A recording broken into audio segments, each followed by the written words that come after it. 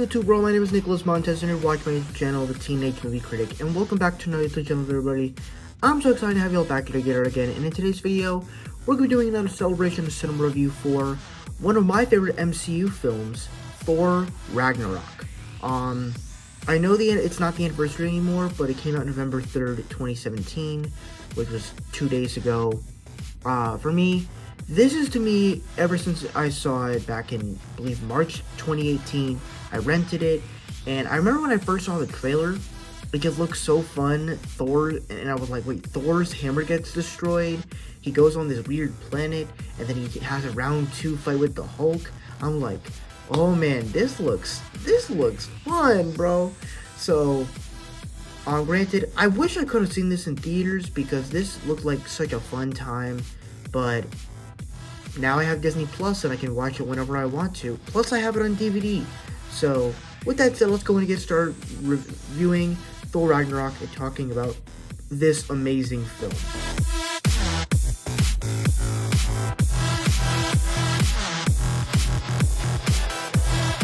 So what I initially loved about this film is the way that the story is. I would say of all of the Thor films, this is to me the one with the best constructed story. One of the big reasons about that is because of in all the Thor movies, and I guess you could say Thor: Love and Thunder had a good story too. Thor, Valkyrie, and Korg travel across the universe to save children from Gore the God Butcher. That's basically what Thor: Love and Thunder is. You think about the first Thor movie, it's not clear as to what this whole story is about. It starts out being this story about having a war with the Frost Giants. Thor is going to become a king, but that gets interrupted, so Thor wants to go get revenge on the Frost Giants that broke in, and then he gets banished. Loki becomes king, and then he wants to destroy all of Jotunheim, and then basically Thor learns that he's not ready to be king yet. The whole story of the Thor, and then even Thor: The Dark World, which it's simple enough as to what we're doing, but it's the plot of what we're trying to stop doesn't make sense. This movie has a clear story where, from the events of Thor: The Dark World, where Loki fakes being Odin, the 9 realms are in shambles. Where does Thor go after Age of Ultron? He's going across the universe and trying to protect the 9 realms. Ever since Loki took over, the 9 realms have been in shambles, and through that causes it's causing the coming of Ragnarok, which is the destruction of Asgard and the great prophecy of all people, and basically the death of everything of Asgardian life. And basically, that's very bad for Asgardians, and Thor needs to find a way to stop that whenever it's coming and how that's going to happen. But then there's this other threat, Hela, who we need to stop, but we're not really sure how to because she destroyed Thor's hammer. But one thing that we learn throughout the movie is really 2 things. That before Odin dies, Odin tells Thor and Loki, the more Hela stays on Asgard, the more powerful she becomes. And now, when you get to this moment with Thor, Valkyrie, and Loki about to face off Hela, and they realize, how do we protect Asgard's people and defeat Hela, and we can get back later, but we realize Asgard's not just a place, it's a people. And meaning Ragnarok needs to happen in order to save our people. Like, in order to stop Hela, in order to save Asgard's people, Ragnarok needs to happen. This place needs to be destroyed. And it somewhat makes sense, and it's somewhat a good story. And that's really cool. That's cool stuff. And the way they bring Surtur into it, like that's cool stuff. Even though it is kind of weird, because it's kind of like saying, we're just giving you, we don't really know what to do with the Thor franchise, so we're just gonna destroy Asgard. But it's a good story, so I really liked it. Along those same lines, with Taika Waititi coming into the mix as the new director that went on to direct this film as well as Love and Thunder, as the first film of his directorial MCU films, I thought this to me is the only Taika Waititi film that is great. As he just found a way to make the Thor universe, the Thor films, fun. Make characters that you enjoy, comedy that is great, action sequences that you love, but also a story that you can understand and appreciate, that makes sense. That to me fits in the Marvel world really nicely. So I love the way Taika Waititi told this story in this movie.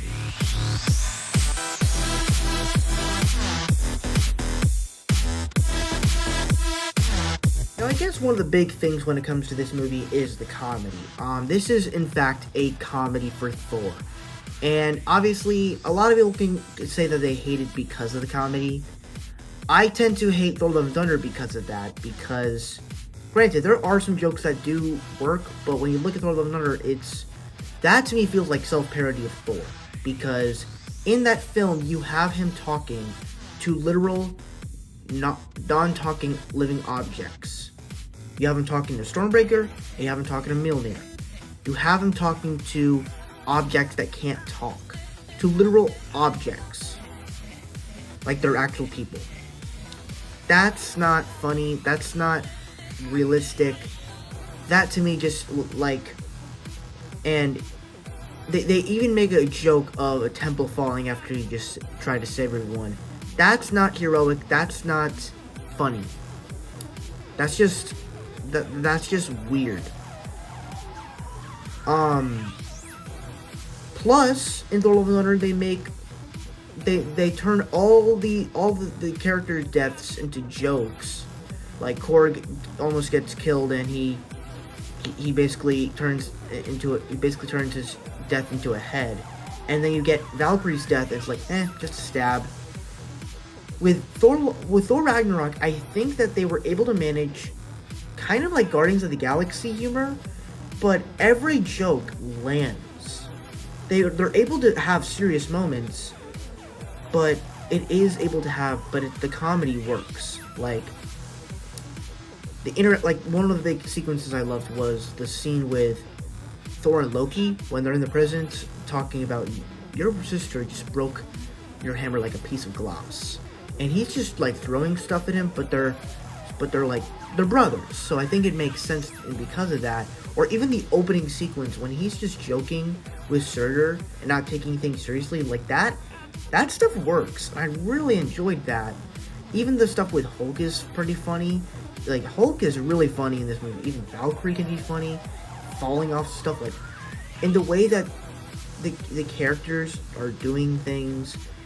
Even Carl Urban, he's hilarious as he's like showing the ladies his guns that he got from Earth. Like it's hilarious. Even Korg is funny. Nothing makes sense. Like all the stuff is humorous. It's fun and it's funny. And to me, the humor works better in this movie because it's done better with not doing cartoonish stuff.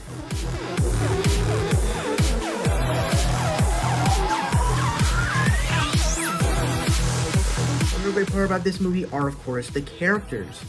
Of course, you gotta talk about, with the new characters, you of course gotta talk about Tessa Thompson as Valkyrie.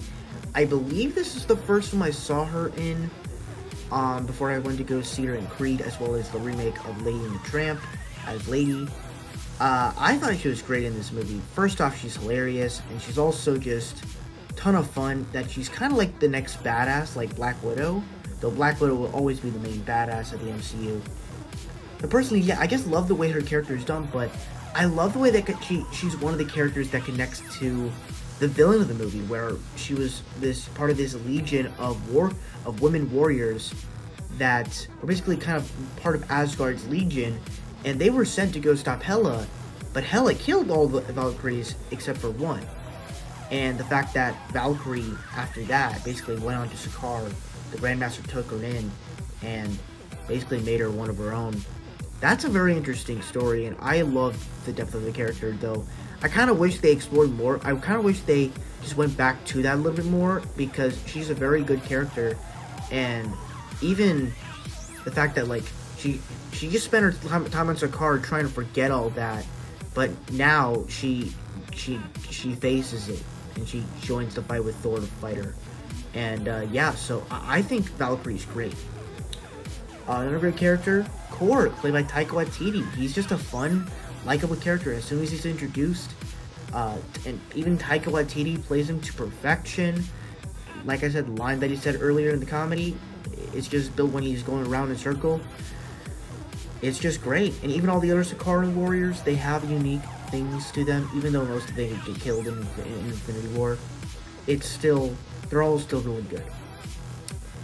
Even the usage of Loki in here was really fun, as he's still Loki, being the anti-hero, but mostly being the hero in this one. I love, probably the funniest thing of the movie is when Thor and Loki are trying to find a ship, and they do get help. To me, that's probably the funniest joke of the entire film, because it started out as this talk on the elevator, hey, let's do get help. And Loki's like, no, it's humiliating. We're doing it. It's like, and then he's like, get help, and then he just throws him at some guards. It's like, it's so funny. It's like throwing a brother. It's like throwing your brother at stuff. It's like it's so funny. And then even the stuff with Doctor Strange, when he falls through the portal and he's like, I have been falling for 30 minutes. It's just hilarious. And then, of course, you also got to talk about let's talk about Heimdall and Karl Urban and Hela. So, Heimdall, very interesting character. Probably the best usage of Heimdall, where he's no longer wearing the golden armor. He's more loosened up. He's got the sword, but he has to protect it with his life, because Hela's here, and we can't let her go conquer the universe. So we need to protect that. So yeah, I personally just absolutely loved the way Heimdall, and Elba's performance in the film was great. Once again, Karl Urban as Scourge, he's pretty good in the film. He's pretty fun. As soon as he's introduced, he just has all these fun antics to him. I just kind of wish he had the sword not the sword, the axe that he has in the comics, but the axe isn't really as cool, if I'm being honest. So, yeah, Scourge is great, and then of course, I love the usage of Hulk in the film. And to me, this feels like the Hulk that we kind of know. To where, of course, I love Avengers Hulk, I love Incredible Hulk, but with this version of Hulk, he can talk like the rest of us, but also do smashing stuff. And he really proves that when he's in the battle with Thor, which, once again, that battle is amazing. The fact that he does the Loki move on him, amazing.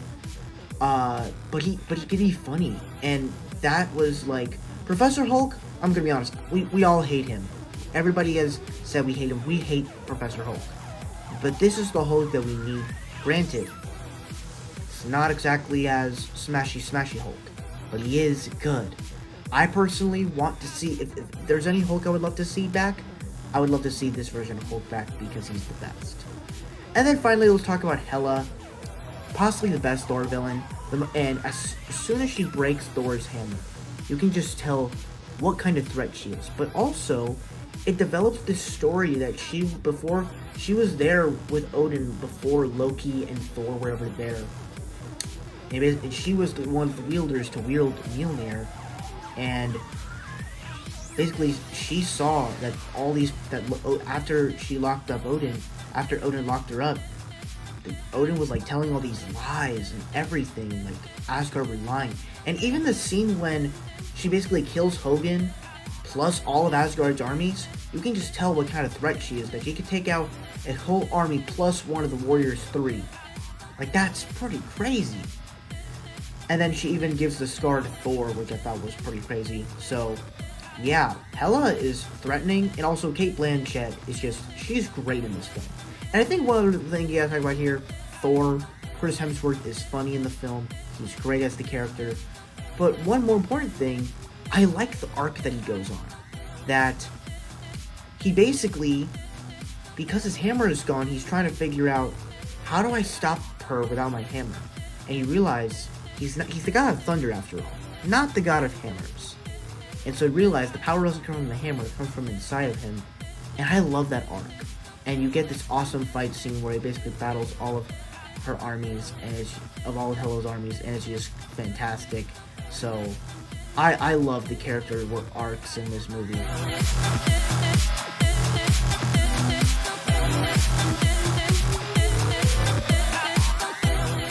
Then we have action sequences, and this is by far the best Thor film that has the best action sequences. I mean, there's just so many iconic action sequences. I mean, from the start of the movie, you have basically the fight with Surtur in his realm, and even with the soundtrack playing, it's just fun. One thing that I always this felt like the Winter Soldier of the Thor films, because Winter Soldier kind of reinvented the Captain America character, because the first Captain America film was a war film, and now Winter Soldier was a spy espionage thriller. And you get to the first Thor films, they're Lord of the Rings in space, and you get to this film, and it's basically like Guardians of the Galaxy type comedy, Lord of the Rings in space type feel, but more epic. And with this film, with the comedy plus the action, it just reinvents the way that you see the Thor character, and I just love it. Also, the Hulk versus Thor fight is great.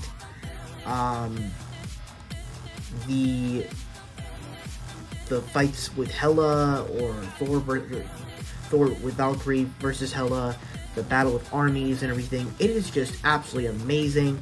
There's just so many great fight scenes, whether Heimdall slicing up dudes. The action scenes in this movie are fantastic.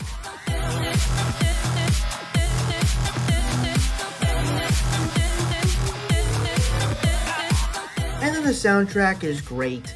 Obviously the main song is really Led Zeppelin, but the entire soundtrack of the movie is pretty great.